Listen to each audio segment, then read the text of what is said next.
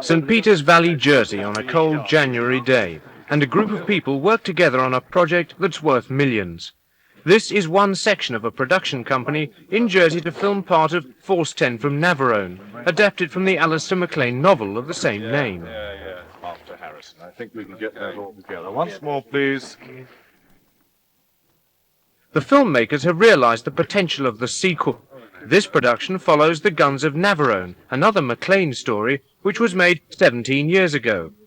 But fans of the author will know that Force 10 is set in the mountains of Yugoslavia. So what were this company doing in Jersey? I put the question to Oliver Unger, one of the film's producers. We had a problem. We were shooting in Yugoslavia, and winter came very early.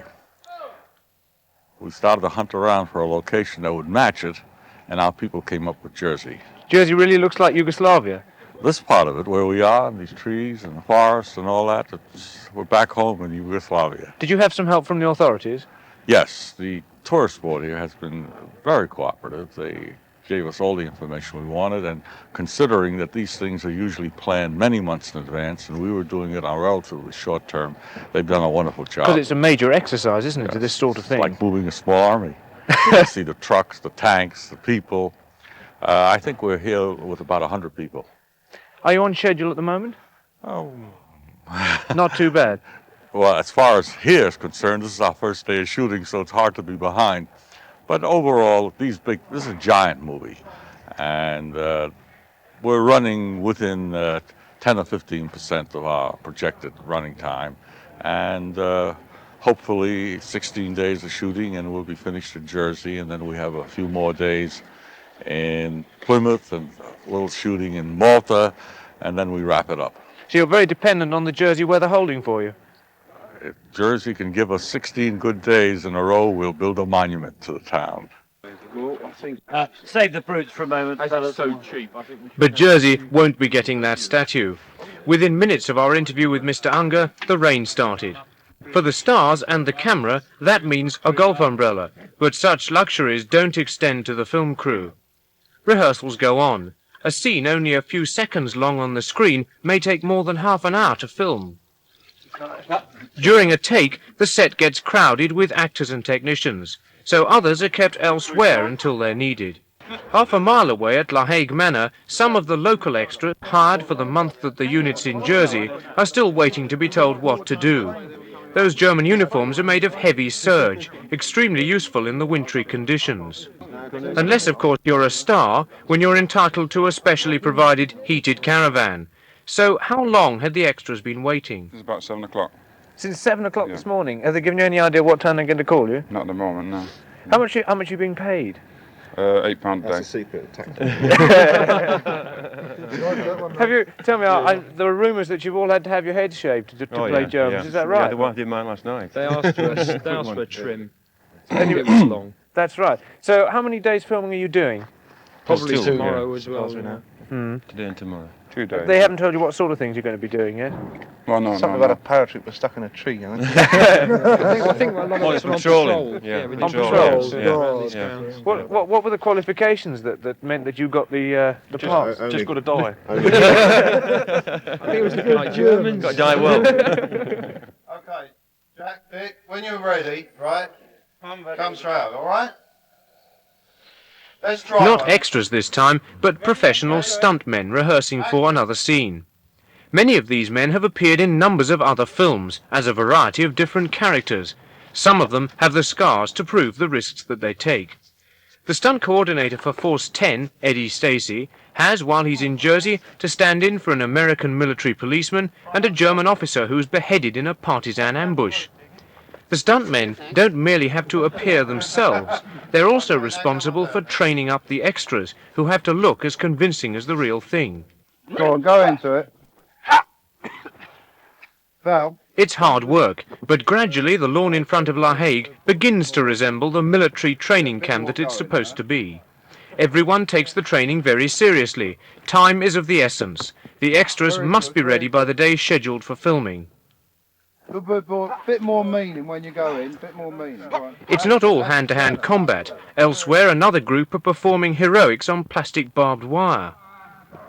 Eddie Stacey is running this session, and he's been joined by the actor Carl Weathers, who played the heavyweight boxing champion in the film Rocky. Carl, who are you playing in the film? I'm playing a guy named Weaver. He's like a young Eddie Stacey, if you know what I mean.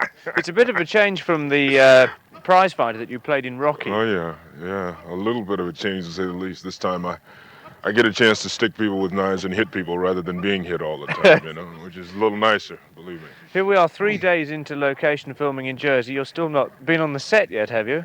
I didn't know we were in Jersey. Is that I thought we were still in London. Do you find that the waiting game gets a bit tedious? Well, I asked to have somebody to talk to, and you showed up, and I'm happy. So that shows how bad it was.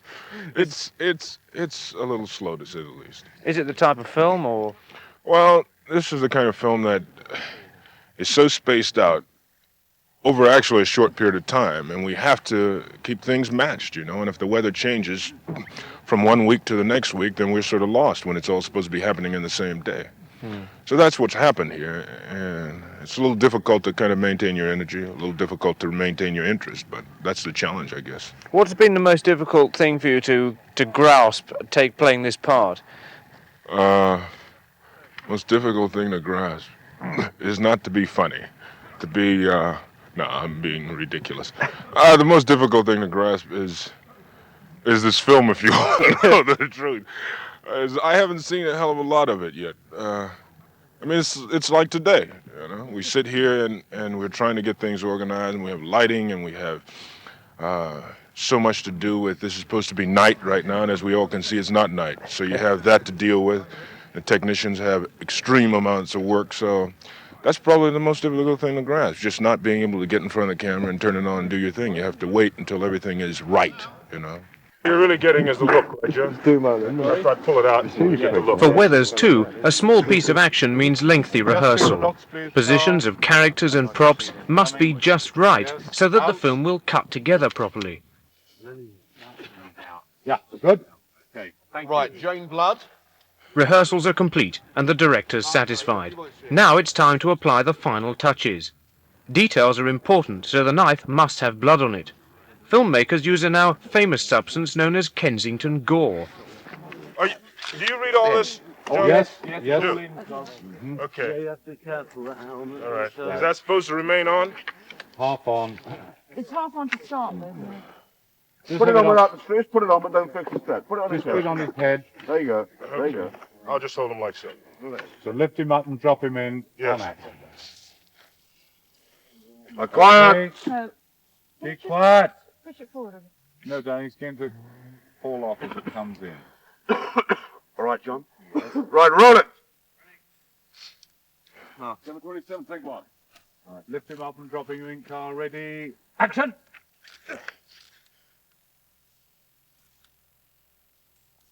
Cut, one more. Meanwhile, elsewhere on the island, a transformation is taking place. Gun emplacements and heavy bombers have sprung up almost overnight. When you're making a feature film, time is of the essence. And one of director Guy Hamilton's requirements was an Italian airbase called Termoli, where the team steal 2 Lancaster bombers to fly off on their mission. Well, time and expenses didn't allow for the whole film crew to fly to Italy. So Guy Hamilton's answer? Well, he built his own airfield, here on Leland Common in Jersey. The team spent 3 days building 2 huge mock-up Lancasters, all for about 10 seconds shooting. Unfortunately, the blue skies on this particular day weren't to last. Week 4 arrives, and the weather is much worse. The crew have moved to Grone at St. Juan, despite heavy rain and gale-force winds, with filming now several days behind schedule. At first glance, the area looks deserted, but cables lead away down the cliffs to the spot where a cluster of technicians are struggling to shoot another scene. The main actor is Robert Shaw, famous for his roles in The Deep, Jaws and The Sting. In Force 10 he portrays Major Mallory, and this is a carefully staged fall from a cliff face. The scene at Grone will be one of the first that you see when Force 10 is complete. But today it's not going at all well. Director Guy Hamilton comes on set to sort out the problems. And while that goes on, the crew wait and the freezing rain begins again. With every minute wasted, hundreds of pounds are ticking away. But the scene's important and it can't be rushed. All they can do is hang on and perhaps utter a silent prayer.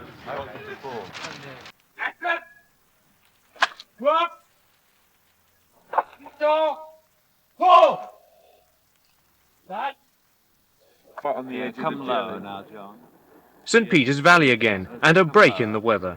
Today the crew are working with another of the principals, Edward Fox, who plays the explosives expert Sergeant Miller.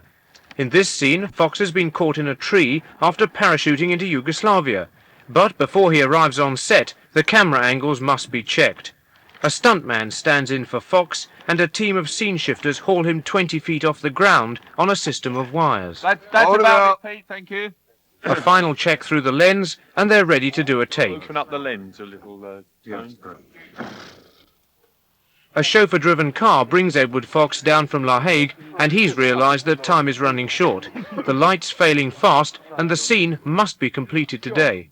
However, in spite of the urgency, he still manages to stay relaxed.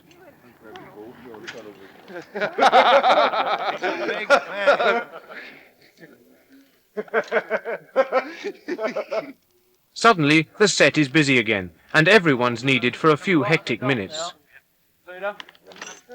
Right, you're over there. They went with the height, John. Lighting and even tree branches have been positioned so that the framing of the shot is just right. The actor must fit exactly into the cameraman's picture. Much lower than before, which I think is... Open your right hand over the branch, Edward.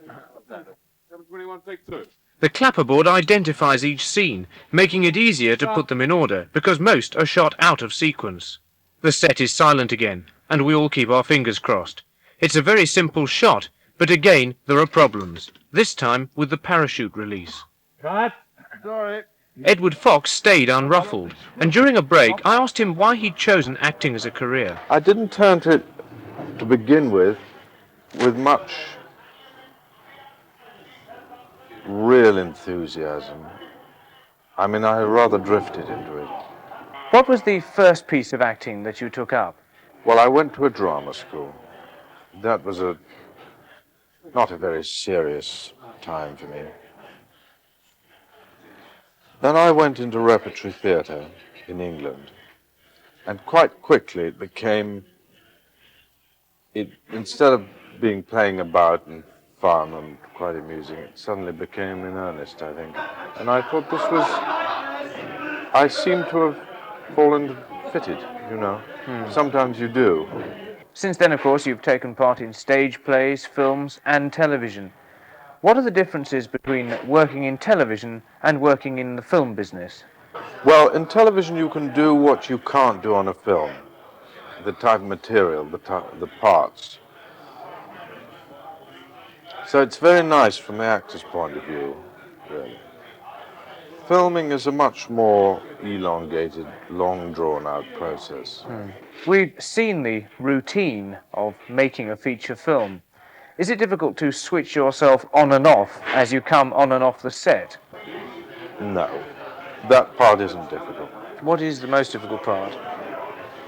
I think the most difficult part about filming, really, is to, well, provided the performance is all right, is to keep yourself ready all the time. I mean, it sounds as if I'm answering the last question in a different way, but when you've got 4 months, it's a boring process, really. Getting things on film is finally a boring process. Because there's so many departments involved who have to do their part of the work before you can do yours. So you are very often waiting around. Yeah. So that time has to be used. You can't just sit and wait. It has to be used doing something. But really, finally, your responsibility is to the next moment that you're going to do. And that requires some concentration. Do you find that restricting on you as an actor? Yes, I suppose so. I mean, when we're talking about acting, yes. But it is a type of acting on film. Well, it's acting. in a certain medium, which is just as rewarding and just as difficult as any other. Different rewards and different difficulties. Let's take, for example, The Day of the Jackal, which is probably a film which a lot of people may remember you in. That, of course, was a very tense, very exciting film, building up to a terrific climax at the end. Was it, in fact, did one get any sense of what it was to be while you were filming it? Well, I rather sensed that it would be an important film. Yes, I think everybody did. Mainly because of its director. Whether it would be a greatly appealing version of the story, one just didn't know, but I rather thought it could be, yes. Do you read the books before you take part in the film? I did in that instance, yes. I read it a lot. How about this one? Does it help or a hindrance to read the book, have you found? It depends. You get an instinct, I do anyway, about whether I should or I shouldn't. Sometimes I know definitely it's not worthwhile, and sometimes you know definitely that you must. Your work takes you all over the world, and a lot of people may say, well, lucky chap, he gets a chance to travel, to see places he wouldn't see. But of course, I know, having seen you, that very little time is actually spent seeing the place where you are. Very little, very little. You see the hotel, the route to the location from the car, the location, the route back to the hotel, and the hotel again. Is that ever a source of regret to you?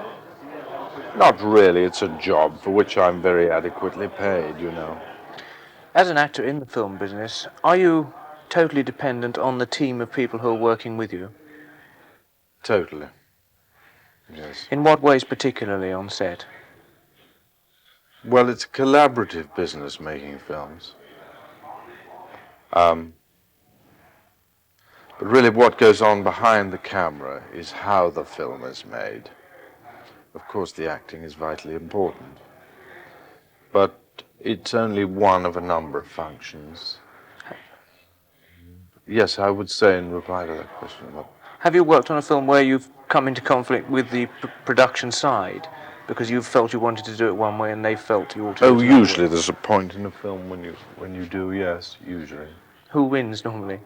It depends. Again, it's very often a compromise, and there is a right path, which one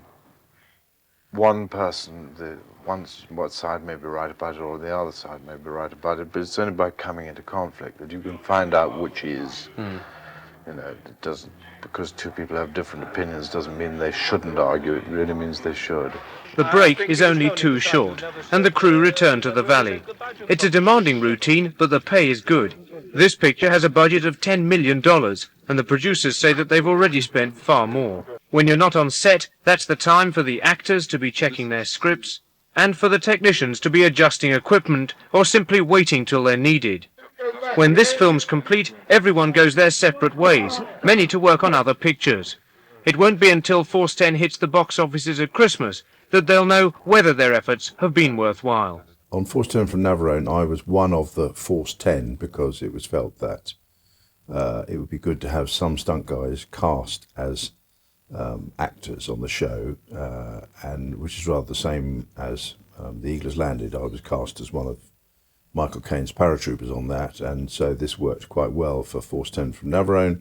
So we were there right from the beginning in the aircraft when it goes off, and we're inside the Lancaster that's supposed to be dropping us over Yugoslavia, which was on huge gimbals, the interior of the aeroplane. Well, my name is Terry Apsey. I work as a construction manager on films, which entails my first job is working with the designer to make the budget for the construction side of the films. I went to Dunsford with Martin Atkinson and to measure up the Lancaster bomber. He sat in there for a long, long time.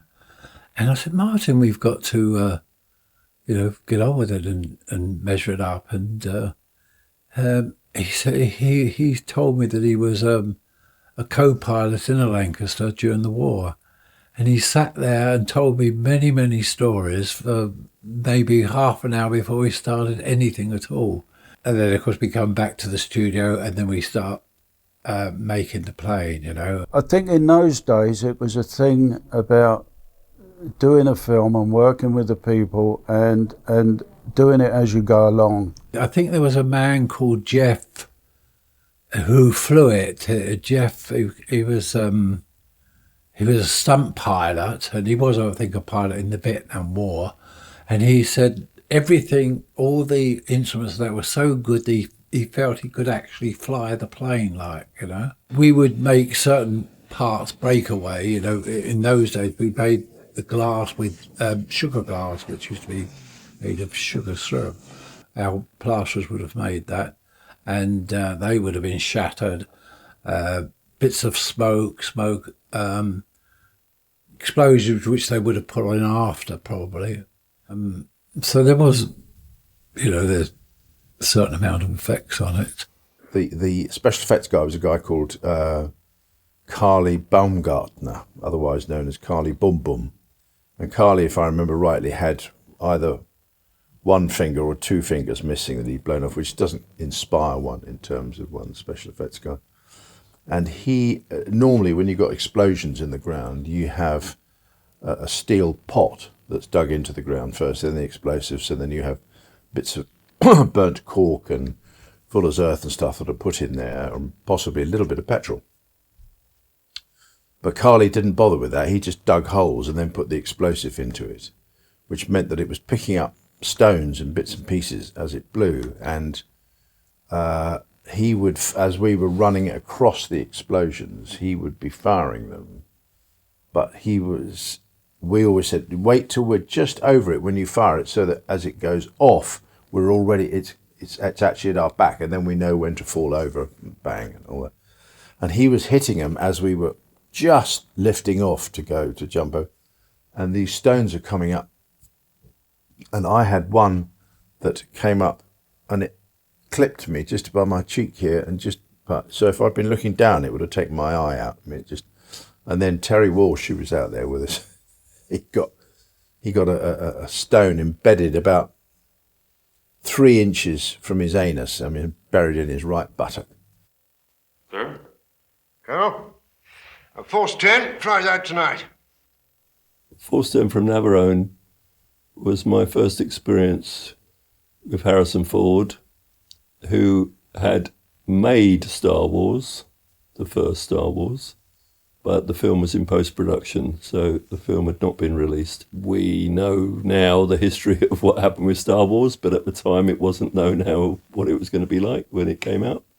So obviously that changed the whole world of filmmaking. Harrison was out there. He was quite good fun. You know, I did 2 or 3 films with him at the time, and we were all quite good mates. I was quite a good double for Harrison Ford, and I doubled him on a film called Hanover Street, and I doubled him on Force 10 from Navarone on a couple of occasions. I mean, he did a lot himself. Harrison was quite sort of an active and actor, and wasn't afraid of things. So I did small things, jumping out of burning something or other, but I was not there doubling for Harrison Ford every day. I did do something with in a parachute harness coming through some trees for him. Otherwise, the problem was that because I was playing a part as one of the Force 10, if there was Harrison and myself in the shot with the whole of the 10, obviously I couldn't be doubling for him. He had just done Star Wars, and I remember him, we were on a railway station in Bewdley, and he said, "Here, Colin, I'm rich, I'm really rich." He's got a big payout from Star Wars, and he couldn't believe it because he was a carpenter before that. And he a little bit moody sometimes because he was learning his craft really, and he was getting frustrated by it. Thank you. Harrison's very fussy about his hair too. I did several films after that. I did the Indiana Jones with him. I did 2 Indiana Joneses with him. Robert Shaw was drinking competitively at that time. And I remember very clearly at one point there's a scene where he has to be looking through the binoculars at the dam, and he kept on falling half asleep and rolling forward. And the prop man got a broom out of shot and pushed it into here, just below the rib cage, to keep him upright so that he could do that without falling forward and falling asleep. It was just quite entertaining. He was one of those actors who remained rather aloof. And I remember he broke his tooth, and we were in the middle of Montenegro, and we had to keep sticking it with super glue for it to last, because he was quite a loser in those days. Robert Shaw, who's a brilliant actor, was extremely aware of, who he was surrounded by, the other actors. So they definitely all bonded and had a good time. Robert Shaw had a bit of an argument with the first assistant, Bert Batt, who was a fantastic first assistant. He abused him. He abused Bert, and Bert walked off. And the whole crew went on strike. They said, well, we're not going to shoot until Robert Shaw, apologises to Bert. And eventually he did. Yeah, Shaw and Harrison Ford, I don't think they got involved with the crew. I'm sorry. And Barbara Back, she wouldn't have anything to do with us, really. And there was Barbara Bach was in it, who was ended up being Ringo Starr's wife. She was very beautiful. Richard Keel, lovely man, gentleman, couldn't really double him. That's why in the film you don't see him doing a great deal of activity. We used to talk to him, particularly on the night shoot. We'd all be stuck in the same caravans and we'd be chatting away to him and things. And he had these hands like feet, and his feet were like fenders. I mean, they're just enormous.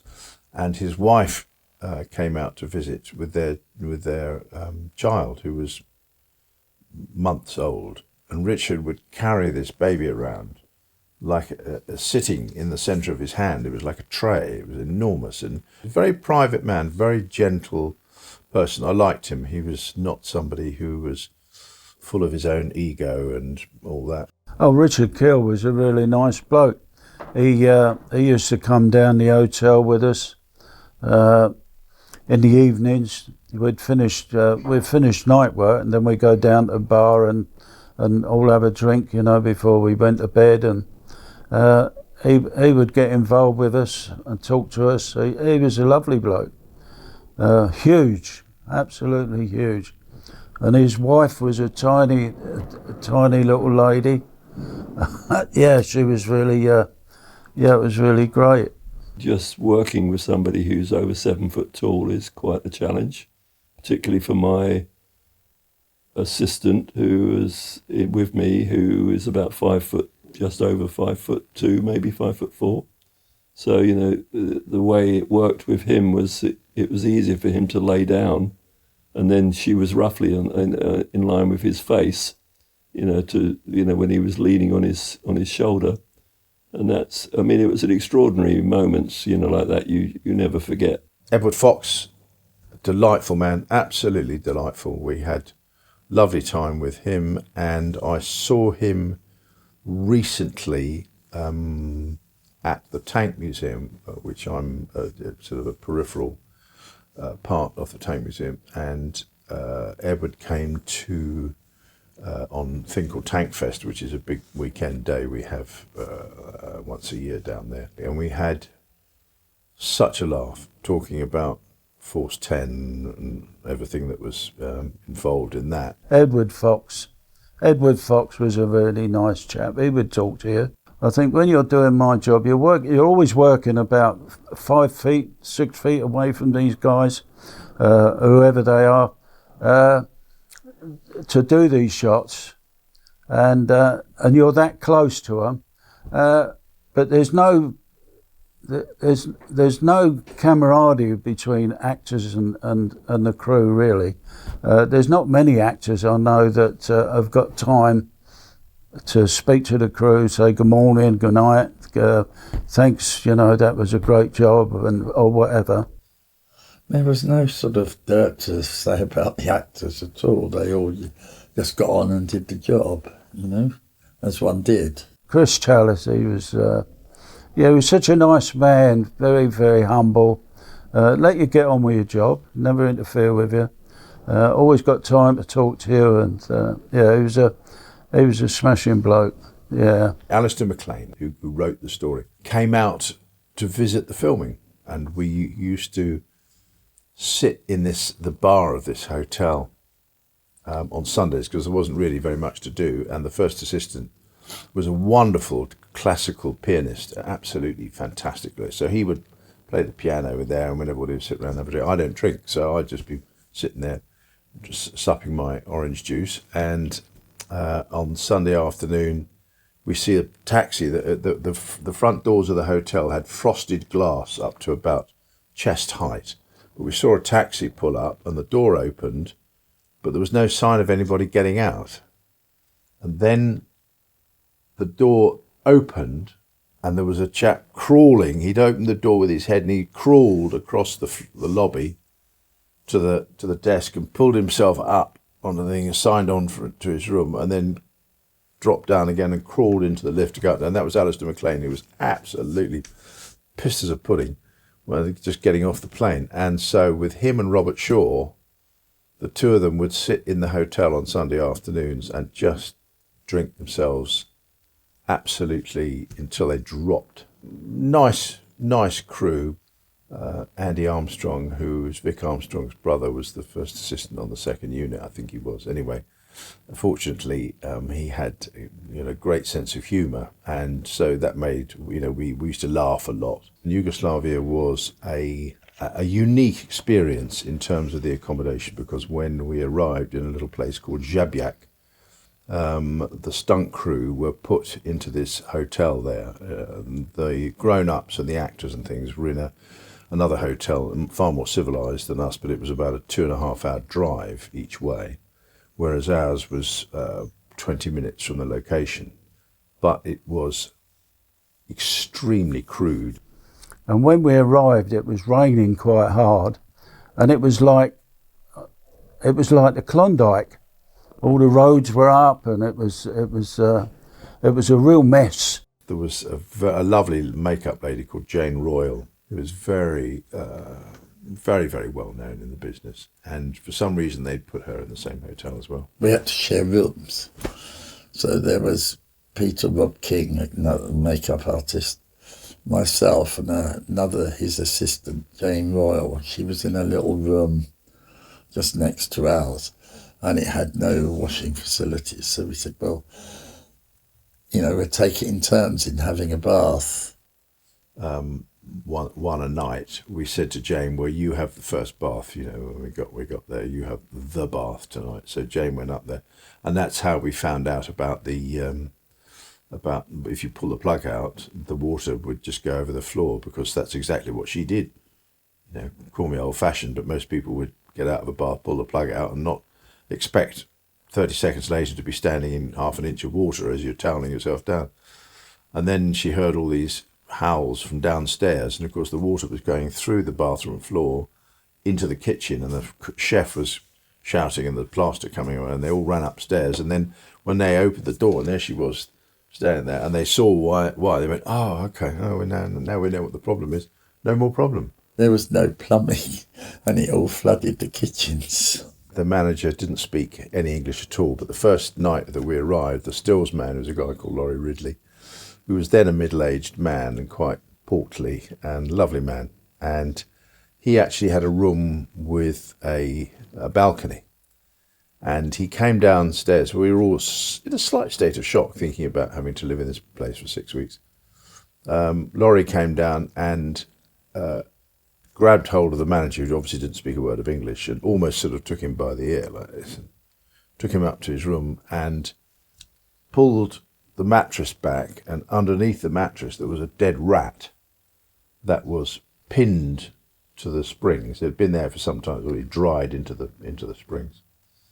And Laurie went, "What have you got to say about that?" Well, the manager went over to the French windows on the balcony, opened the French windows, came back, peeled the rat off the springs, went over, threw the rat out into the street, closed the windows, put the mattress back, and went downstairs. And that's absolutely true story. I mean, that was the level of accommodation. I remember Jersey. I remember going to Jersey, but I do remember, we went to various locations. They weren't all bad locations. I mean, Jersey certainly wasn't a bad location. And, that was the differential that we had, that, there were moments in the film where you thought it can't get any worse than this. And there were other moments where you thought, well, this is quite pleasant. They went to areas where, the real world was extraordinarily different to what the public would normally want to see. So, we were creating that period of time and that area of the world, which looked correct for that particular storyline.